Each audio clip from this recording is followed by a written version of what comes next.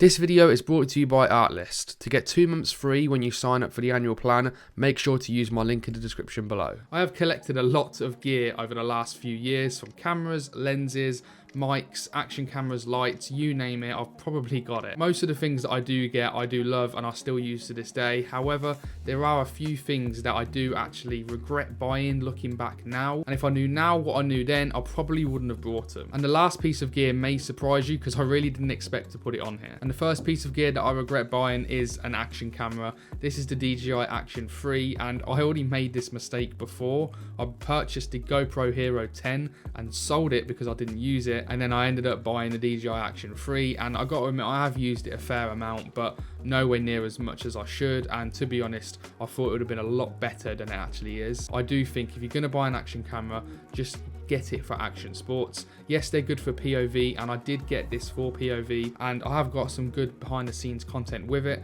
However, the picture quality isn't amazing, but to be honest, I just haven't utilized it enough to be able to say it was worth the money.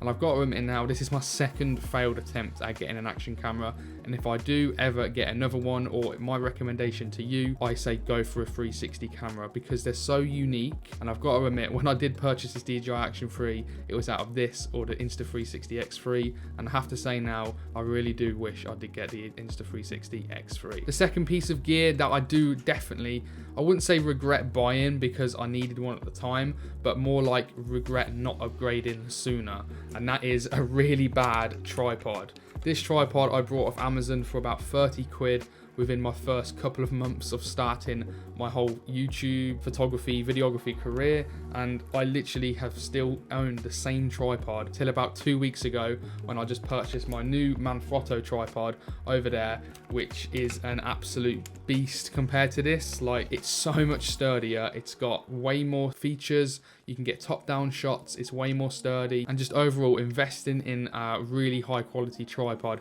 may be boring if you're going to be putting your £1,000 cameras and lenses on tripods to support it, and you're going to really want to put it on a high-quality, sturdy tripod just in case anything happens to it. I really did risk it putting my cameras on this tripod, and the other day it actually did fall out. The lock completely went out of it, and luckily my camera is fine. If you're going to be using a tripod, get a good tripod, trust me from my experience. And the third piece of gear, which is definitely surprising to me, and it may come surprising to you because I didn't expect to put it on this list, but that has to be my DJI Mini 2 drone.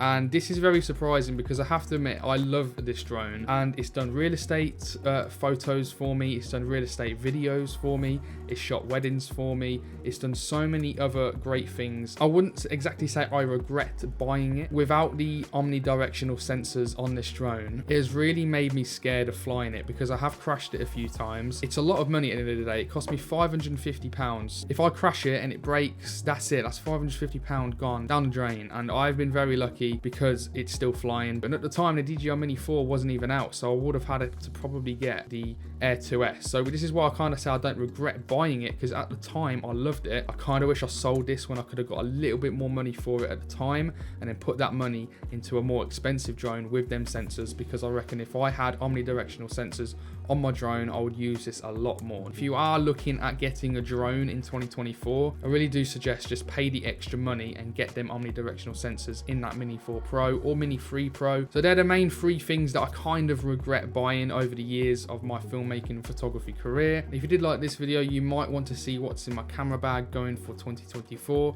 And yes, my Mini 2 is in the camera bag for 2024. But what else have I got in there? What are my cameras? What are my lenses? And just what am I going forward with 2024? So if you did enjoy this video, make sure you go watch that video next.